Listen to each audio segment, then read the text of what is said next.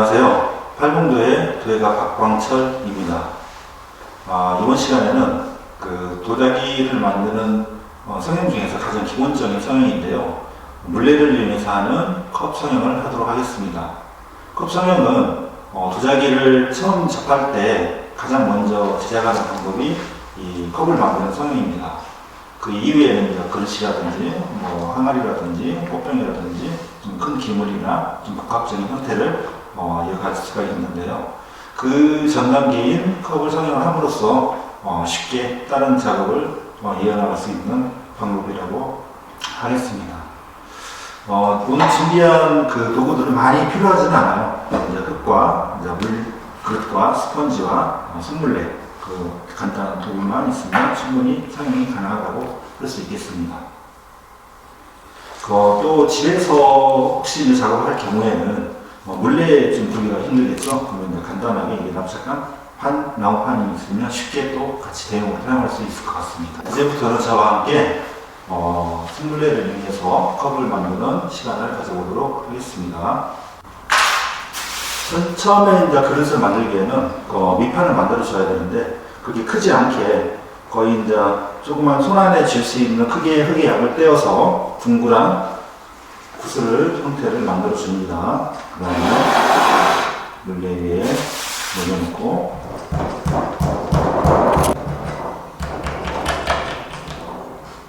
납작하게 펴줍니다. 그리고 물레를 하는 거에 가장 좋은 장점이 회전한다는 거겠죠. 그래서 이 물레에 회전을 시켜서 동그랗게 만들어서 1차적인 기본 틀을 만들어 줍니다.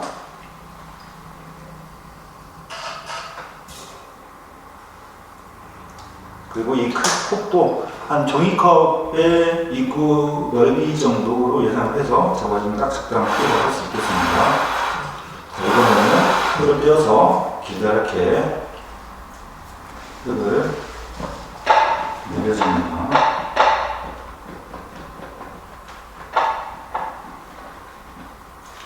자, 기본적인 흙가루의 굵기는 한 1cm 정도 되는데 연필 굵기라고 생각을 하시면 될 것 같습니다. 그 다음에 사용되어지는 게 앞에 있는 그릇에 있는 물을 부식 부분에 살짝 발라줍니다.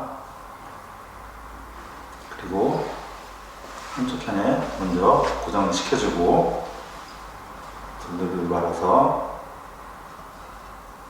쌓아서 하나의 링을 만들어 주는 거예요.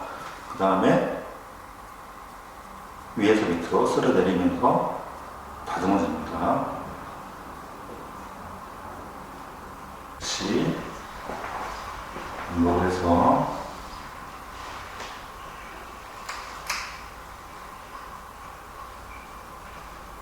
쌓아주는데요. 두께가 어느 정도 높이가 쌓아진 다음에는 두께가 좀 두껍겠죠. 두꺼우면 사용하기에 좀 무겁기 때문에 불편하겠죠. 그래서 쌓을 때마다 두 칸 정도 쌓은 다음에 밑에 부분을 손으로 쥐어서 얇게 두께를 조절을 해줍니다.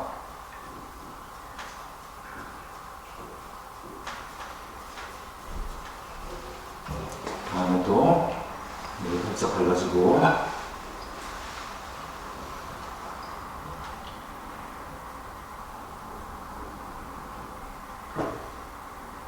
그리고 회전을 시켜서 고르게 표면을 잡아줍니다.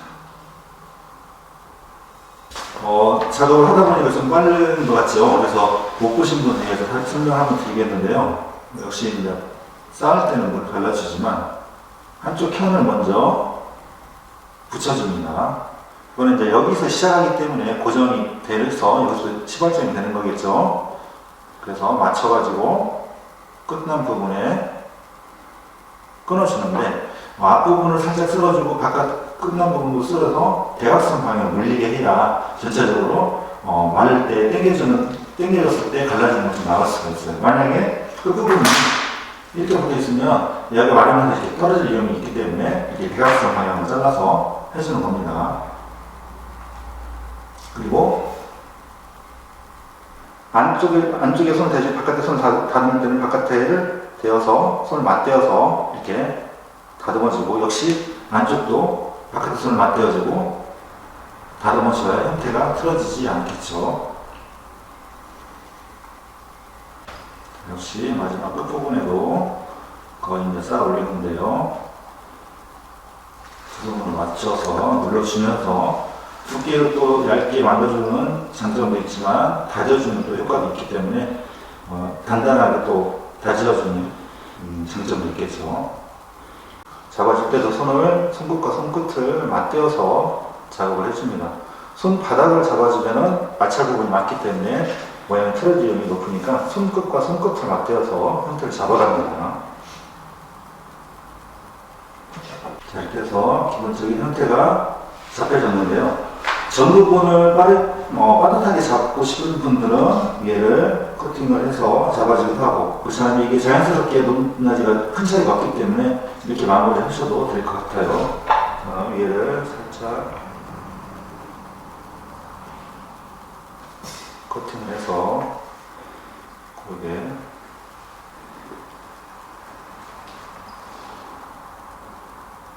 가기지게 하지 않고 둥그렇게 마무리해줘야 나중에 사용할 때 이게 닿는 부분이기 때문에 사용감이 좋겠죠. 하시고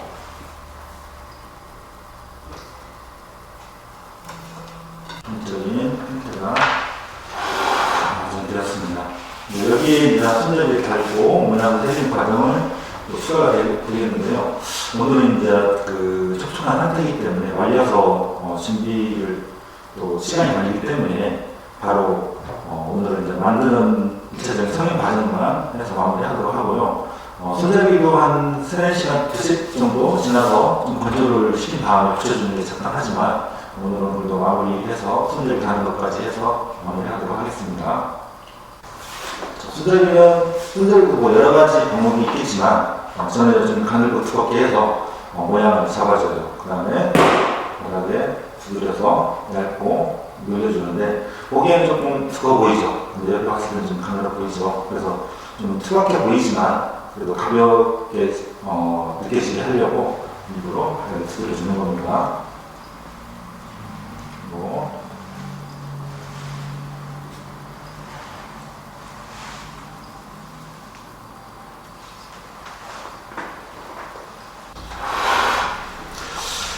지금은 이제 가장 기본적인 형태라고 할 수 있겠죠. 일자형하고 약간 꽃가루 형태가 비슷하게 하는 형태인데 취향에 따라가지고 다양하게 이렇게 항아리 형태로 할 수 있고 아니면 여러 가지 모양 변형을 해서 이렇게 연잎과 같은 형태로 변형을 해서 완성할 수도 있겠습니다.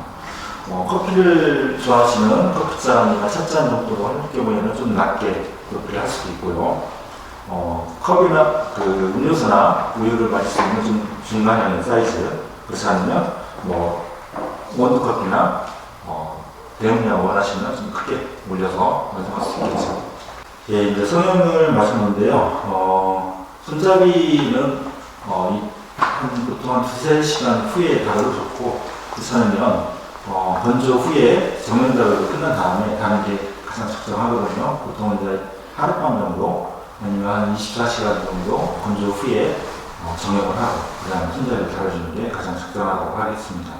그 이후에는 이제 또 다양하게 모양을 새길 수도 있고 표면에 이렇게 파리면서 붉고 저으면서 세련되게 표현할 수도 있겠고 이렇게 이제 화염토 작업을 할 경우도 있어요. 하얀색 화염토를 발라서 모양을 새기는 방법들도 있겠습니다. 새김 도구에는 물론 도예용 도구 세트가 있으면 좋겠지만 이런 도구를 사용한다든지 그렇다면 집에서 가지고 있는 송곳증으로도 충분히 모양을 새길 수 있도록 할 수 있겠습니다. 그리고 이제 건조는 햇빛에 발리면 빨리 말리겠죠. 그런데 흙에서 이제 수분이 빠져나가는 시간이 빠르면 깨질 수 있는 위험이 있기 때문에 그늘진 곳에서 서서히 말리는 게 가장 적정합니다. 그리고 바람에 선풍기 바람에 그런 씌운다고 해서 빨리 말리겠지만 역시 그것도 인위적이기 때문에 또 파손의 위험이 있기 때문에 자연적으로 서서히 말리는 게 가장 적정하다고 할 수 있겠습니다. 오늘은 가장 기본적인 커브 만드는 성형을 해봤는데요. 어디에 사용할까 할 것인가, 또 크기는 어느 정도 할까, 또 만드는 방법은 어떻게 선택을 해서 만들까에 따라서 다양하게 만든 형태가 나올 수 있겠죠. 앞으로도 좀 기회가 된다고 하면 다양한 형태를 만드는 또 사용할 수 있는 것을 보였으면 합니다. 오늘은 이것으로 마치도록 하겠습니다. 지금까지 도예가 박광철이었습니다.